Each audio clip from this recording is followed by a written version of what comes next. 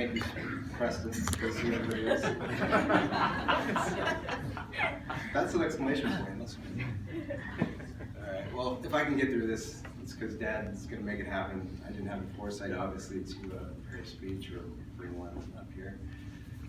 But before I get started, first off, on behalf of my mom, my brother, and the rest of the Jeung family, thank you all for being here today. Your companionship truly means a lot, and it's indescribable what it means to us. And so from my perspective, as I'm looking across the room, this is a pretty cool and special room. One Dad definitely would like to have been a part of, and he was. And I know he would have liked to have hung out with everybody at least one last time. I miss the guy so much.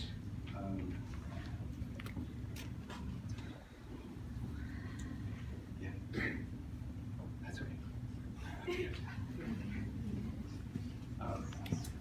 But yeah, I miss him, but I know he's still around. And knowing Dad, his personality, his joie de vivre, when you're around somebody like that, there's a certain cacophony that still echoes and resonates with me. I can still hear his voice every day. The tough part for me is knowing that I was going to be giving this speech almost 7 years ago. So for 7 years I've been thinking about this moment. And no matter what, I can never put pen to paper. But knowing we were here, like we said, this is actually a very special place for me personally. June and I celebrated our wedding out here. I basically grew up here since I was 14 when Dad became a member.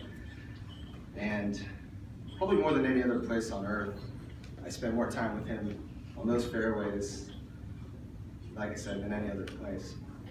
So this is pretty hallowed grounds for me personally. As I look at those fairways, actually, I can see him on every hole. I've got stories in my head, and I'm sure many of you do, who are members out here. And for those of you who aren't members, I'm sure you've got other stories. And that's sort of the legacy of Dad, right? He left an indelible mark on all of us, which is why we're all here today. But all my stories, going back to Lake Merced, usually involve me out driving him by at least 50 yards, I'd say. And they always end with me being completely demoralized by him, a 60-degree wedge, and a one putt. So that's a pretty experience, I think, by most of the golfing members out here. There's one story that I remember, and I think this was so Dad. And the member that's out here, I'll let him remain anonymous. But there was one of Dad's favorite games was the Grand Slam, or the Slam game. And so for those of you who don't know or don't play golf, the Slam game is, there's 4 par 3s out here. Ideally, what you want to do is hit the par 3 in one, and then 2 putt, and that's your par. So there's this thing called the mini slam, whereas you hit all 4 par 3s. And then there's the Grand Slam, where you're the closest to the hole on all 4 par 3s. So this member out here, who will remain anonymous, Mark Scorpiaki, I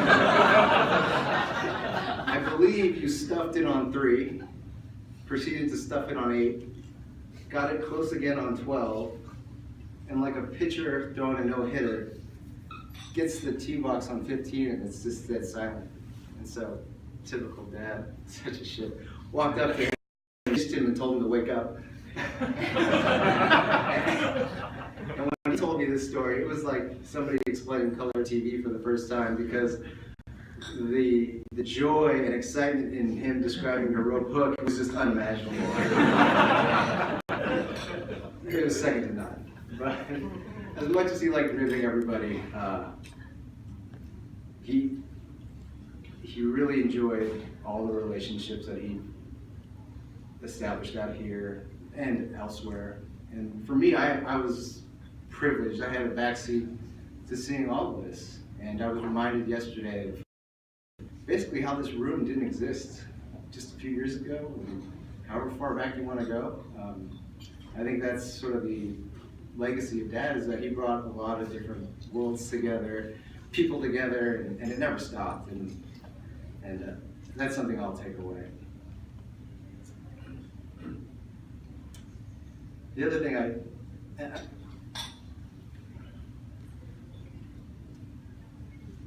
I'll end it with this. Mom, you're right. It took a village to help Dad get through all this. And you were by his side for those 7 years. But the biggest thing that I take away was seeing the longevity of relationship, a true life partner, things you have to earn. And so,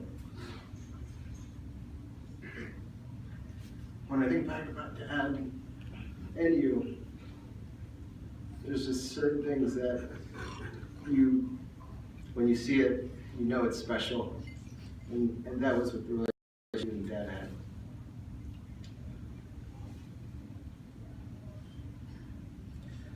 I'll end it with this. I remember one time Dad and I were listening to some music, and we were listening to the Beatles of all bands, and I just asked him, what made the Beatles so popular? And his response was, well, they play a little bit of something that everybody likes. And I'll just say to Dad, the music's playing loud and clear, and it's beautiful. So I'd like to raise my glass to Dad, tell him I love him, tell him we all love him, and we'll see him again soon. Thank you.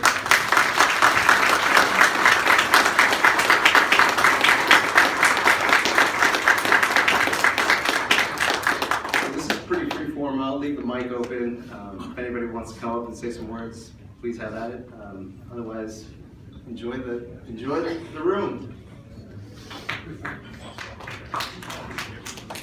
Hi everyone. My name is Jeung. I didn't grow up in this area. I moved here as a young adult, so I don't have a lot of boyhood friends. And Rich had a lot of friends, and he had a lot of best friends. But he was my best friend. He's from the time we met, he was always antagonizing me, but then he'd look out for me too. So what can I say? Some of both. But I met Rich playing golf in the 80s. I don't remember exactly where and when, but we just ended up playing golf together most of the time. And I think everyone here knows that Rich was a really good golfer. And he was a solid putter. He never got nervous over 4 or 5 footers. If you needed someone to make a 4 or 5 footer for you, Rich, he stroked them and he wasn't nervous about them at all. And I'm the one he always gave credit to for just being able to make those putts.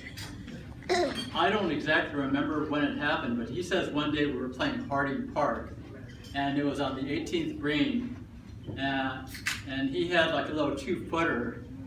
He missed it, and he says I laughed at him. He said from that day on, he's not going to miss any more short putts, and he's going to kick my ass for the rest of my life, just because I laughed at him that one time. But that's the kind of guy Rich was. He's very competitive. So we would play these golf matches at Harding, and he would win most of the time. And I don't know if you guys have this experience, but every time he would win, that night, like 9, 10 o'clock, 11 o'clock, he would call me just to talk trash about how he kicked my ass. he would always call me, and I'd pick up the phone, and he'd be on the other line just snickering at me. So we. That was like his personality. He just loved to rub it in. But at the same time, he was always looking out for me. If I had something personal going on in my life and I was depressed, he'd be calling me, inviting me over to his house and the holiday dinners, and he would just want to take care of me. So he was a great friend. And I got one more Hardy story for you. This is Rich. He would always we'd always bet, and he'd always try to get me to come out and caddy for him. Rodney wouldn't caddy for him unless he was betting with me, because when Rich won, he would give all the winnings to Rod. That's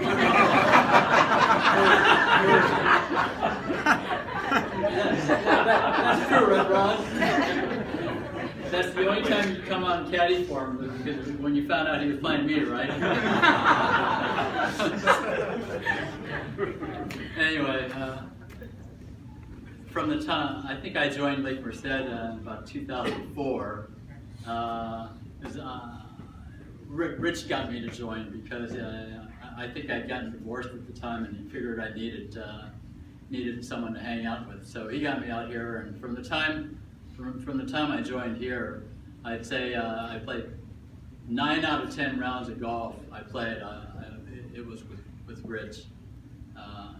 And I always tell people I wanted to play with other people, but he wouldn't let me. It was always I had to be in his group. Anyway, I miss him a lot. He was my best friend.